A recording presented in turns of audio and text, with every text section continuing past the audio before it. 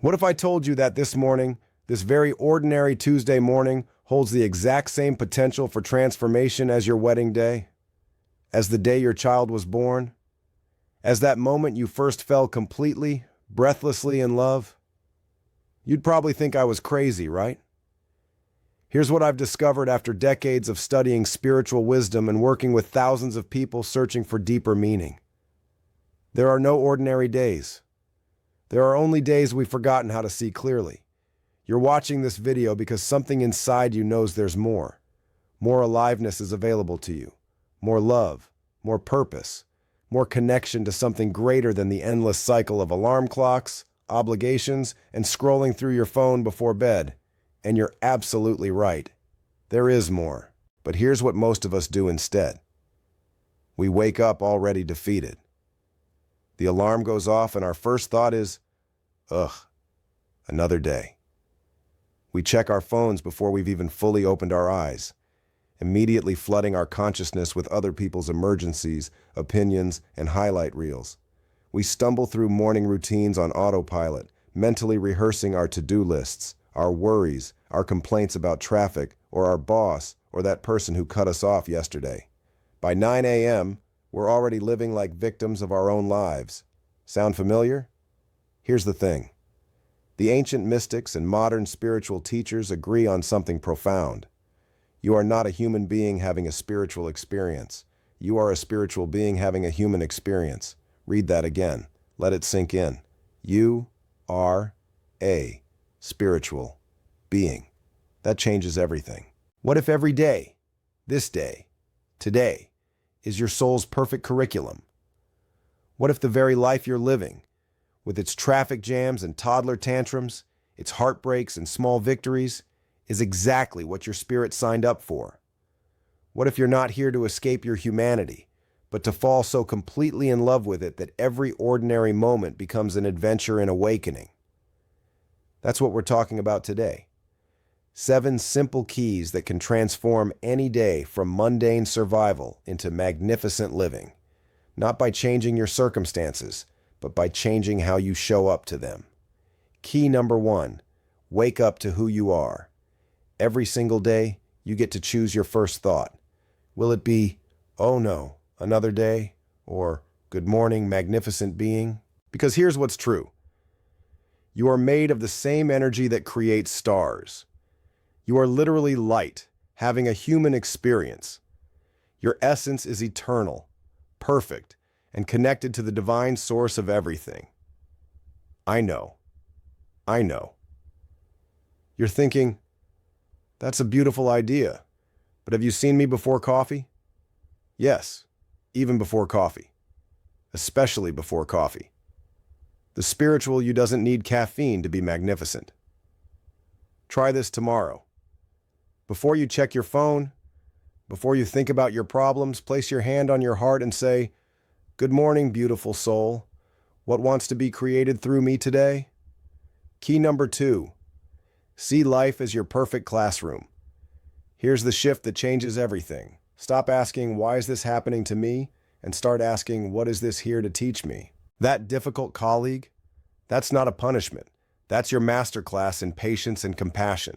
That financial challenge, that's not evidence that the universe hates you. That's your advanced course in trust and resourcefulness. Your soul is brilliant. It didn't randomly choose this life. It specifically selected these experiences, these relationships, these challenges, because they contain exactly what you need to grow into who you're meant to become. Even the painful stuff. Especially the painful stuff. Key number 3, take spiritual responsibility. This is the most liberating and terrifying truth you'll ever hear. You are not a victim of your circumstances. You are the creator of your reality. Now, before you get defensive, I'm not saying you consciously chose to get laid off or have your heart broken. I'm saying your soul chose the learning that comes from those experiences. And right now, in this moment, you have the power to choose your response. You can choose love over fear. You can choose growth over blame. You can choose to see yourself as powerful instead of powerless. That's spiritual responsibility. Not guilt, not shame. Pure, creative power. Key number 4, lead with love. Every interaction you have today is an opportunity to choose love. Not the Hallmark card kind of love, the fierce, courageous, see people as they truly are kind of love. When someone cuts you off in traffic, you can choose road rage, or you can choose to send them a silent blessing. Whatever's happening in your life that makes you drive like that, I hope it gets better. When your teenager rolls their eyes at you for the 15th time today, you can choose to take it personally, or you can see their behavior as their clumsy attempt to figure out who they are. Love isn't always soft. Sometimes love is boundaries. Sometimes love is saying no. Sometimes love is standing up for what's right. But it always starts with seeing the divine light in yourself and others, even when that light is temporarily hidden behind fear, pain, or really bad behavior. Key number 5, answer suffering's call. Here's something that might surprise you. Every time you walk past suffering and do nothing, you're creating karma, not the vengeful kind, the learning kind. Because we're all connected. Your pain is my pain. My healing contributes to your healing. When I ignore someone else's suffering, I'm cutting myself off from the web of love that connects all beings. This doesn't mean you have to save the world. It means you pay attention. You offer help when you can. You donate when it's possible. You vote with consciousness. You speak up when someone's being treated unfairly. Small acts create cosmic ripples. Your kindness to the grocery store clerk might be exactly what saves their day. Your donation to that charity might be exactly what feeds a family. You're not responsible for fixing everything. You're responsible for showing up with love. Key number 6, partner with your spiritual team. You are never, ever alone. Ever. You have guides, angels, ancestors, and higher aspects of yourself that are constantly offering you support, guidance, and love. But here's the thing. They can't violate your free will. They're waiting for you to ask. Start paying attention to the signs. Those repeating numbers you keep seeing? That's your team getting your attention. That sudden knowing about which direction to turn? That's divine guidance. That person who calls you exactly when you need to hear their voice? That's love orchestrating your life. Your intuition isn't just random thoughts. It's your direct line to infinite wisdom. Trust it. Follow it. Partner with it. Key number 7, trust the sacred process. This might be the hardest one. Trust that everything is unfolding exactly as it should, even when it feels like everything is falling apart. Your job isn't to control the outcome. Your job is to show up with presence, love, and faith. To transform challenges into stepping stones. To build resilience one difficulty at a time. Faith isn't naive optimism. Faith is knowing that even in the darkest moments, there's a sacred process at work. That your pain has meaning. That your growth matters. That your soul is being refined through every experience. These 7 keys aren't just nice ideas. They're invitations to live as the magnificent being you truly are. Not someday when you get your life together. Not when you lose the weight or find the perfect relationship or make enough money. Today. Right now. In your real life with your real problems and your real responsibilities. Because here's what I know for sure. The world needs you awake. The world needs you living from your light. The world needs you to remember that you're a divine being having a human adventure.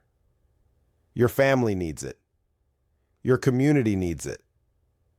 And most importantly, your soul is craving it. So here's my challenge for you. Tomorrow morning, before you check your phone, before you start thinking about your problems, try key number 1.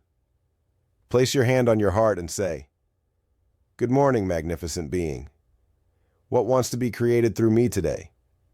Then, as you move through your day, pick one more key to practice. Just one. Maybe you'll ask, "What is this here to teach me?"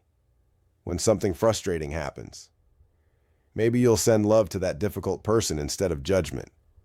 Maybe you'll help someone in a small way. Notice what happens. Notice how differently you feel when you're living as a spiritual being instead of just surviving as a human.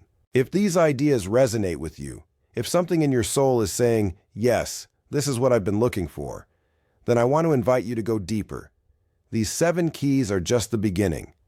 There's so much more to explore about living your divine nature in practical, everyday ways, about transforming your relationships, your work, and your entire experience of being human through spiritual awareness.